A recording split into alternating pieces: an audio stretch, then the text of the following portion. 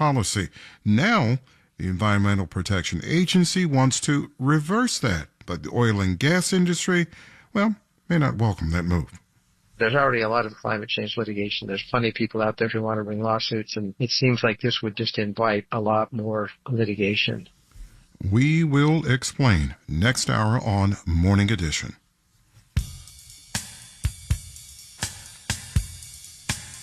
68 with clouds out there now. We have showers likely, maybe with thunderstorms late this afternoon. It'll be a mostly cloudy day, a high of 73, but strong winds up to 22 miles an hour. Strong winds again tomorrow, high of 73 with a slim chance of morning rush hour showers and clouds. It's 6:52.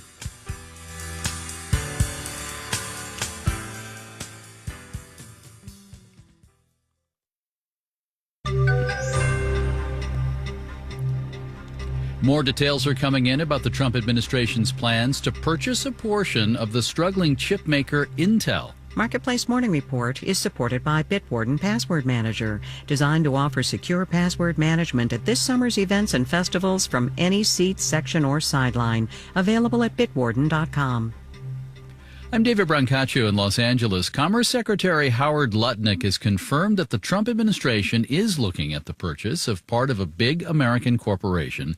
The U.S. stake in Intel would be unusual but not unprecedented, as Marketplace's Nancy Marshall-Genzer explains. Intel was already getting a federal grant under the CHIPS and Science Act, which was approved during the Biden administration. Yesterday, Commerce Secretary Howard Lutnick told CNBC the U.S. should get something for that money. Why are we giving a company worth $100 billion this kind of money? What is in it for the American taxpayer? And the answer Donald Trump has is we should get an equity stake for our money. Lutnick says this would be a non-voting stake, so the Trump administration wouldn't have a say in how Intel was run. The U.S. government has done this before. It spent about $50 billion to bail out General Motors in 2008 during the Great Recession. But these types of deals can be risky for taxpayers. The government lost about $11 billion on its GM investment. I'm Nancy Marshall-Genzer for Marketplace.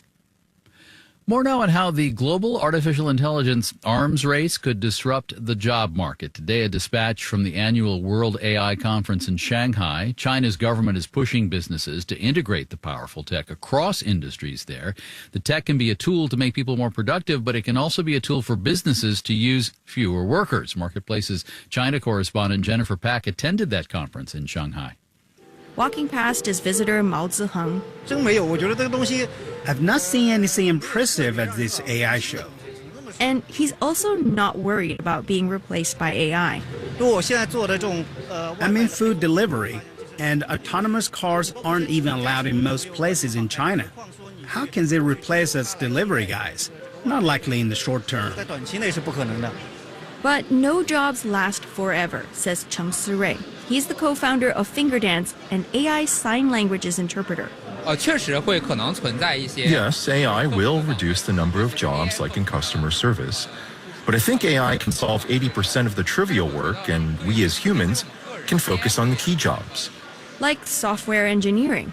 And there will be new jobs for humans, says Mao Shuhan, co-founder of robotics firm Phi-Bot. For example, in our research and development of robots, we need humans to do robot testing and safety checks. Later, a young AI worker told me off mic that AI is evolving fast. He's got to learn to work with it or be replaced by it. Marketplace's China correspondent Jennifer Pack there contributing to our tech program. You can stream that full report from our homepage now. Checking markets this morning, Dow and S&P futures are both down 0.2%. NASDAQ futures are down 0.3%. Marketplace Morning Report is supported by Progressive Insurance. On the road and at home, customers can simplify their insurance needs and protect what's important by bundling home and auto with Progressive Insurance. Learn more about Progressive and bundling at progressive.com. And by This Old House Radio Hour podcast, answering listeners' DIY and renovation questions and diving into home design trends, available in podcast apps. Starting soon, when you search for a gadget or gizmo at BestBuy.com, some of the items will not be from Best Buy. Third-party sellers are being added, Amazon and Walmart style. Reporter Daniel Ackerman looks at pluses and minuses. Amazon has a third-party marketplace. So does Walmart and Lowe's and Nordstrom, Kohl's, Macy's, and Target. So if anything, Best Buy is late to the party with this launch. But it's still an appealing move for a retailer who wants to seem like it offers anything you could ever want, says Anthony Chicumba, a consumer sector analyst at Loop Capital Markets. So it gives Best Buy much more of an endless aisle as compared to all the products that they currently stock and sell themselves. And the best part of that endless aisle is it doesn't require an endless warehouse. Usually Best Buy will not stock the product because they just don't think it's going to sell frequently enough to justify having it in their assortment. And since retailers like Best Buy already have websites to sell their own stuff, it doesn't take much investment to open the gates to other sellers. Michael Baker, a senior research analyst at D.A. Davidson, says it's kind of like free money. Those third-party marketplaces have very strong margins because you're basically just taking a royalty. But one risk of turning yourself into a marketplace, you could be giving your competitors a boost, says Neil Saunders, a retail analyst at Global Data. If there is overlap with the core categories Best Buy sells, there can be cannibalization. People could buy a marketplace product rather than a Best Buy product, and that can be problematic. But Saunders says the bigger risk is reputational. If a customer buys a TV from a third party and that TV arrives 2 weeks late or in two pieces, guess who the customer blames? It's Best Buy, because that's the name that's on the header of the website.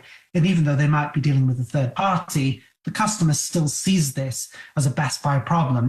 There are ways retailers can manage this reputational risk, says Tony Moreno of Harvard Business School. For one, they can vet anyone who wants to sell through their site. There are marketplaces that are more open, like Amazon, for example. Like many vendors can list on Amazon, but companies like Best Buy can be selective about which vendors they want to bring to the platform. And once they have vendors on board, retailers can sell them other services like advertising and logistics. Walmart is now doing a lot of advertising and a lot of fulfillment. So part of the money that they make on the marketplace is from selling services to vendors that use Walmart's infrastructure. Moreno says when you step back and blur your eyes a little, a lot of these retailers are starting to look like tech companies. I'm Daniel Ackerman for Marketplace. And after a shipment of frozen shrimp bound for Walmart set off radiation detectors at U.S. ports, the FDA is telling people to watch out for the Great Value brand. 3 lots of the frozen shrimp from one supplier in Indonesia have low levels of radioactive cesium-137, a byproduct of nuclear reactors and medical equipment. The FDA says this does not pose an acute health hazard, but it is not good. The FDA alert says if you have one of the lots from Walmart, throw it away. Online, the search words FDA advises shrimp will get you the specific lot numbers. It's not clear how the shrimp got exposed to the radioactivity. I'm David Brancaccio, Marketplace Morning Report from APM, American Public Media. WNYC supporters include the John S. and James L. Knight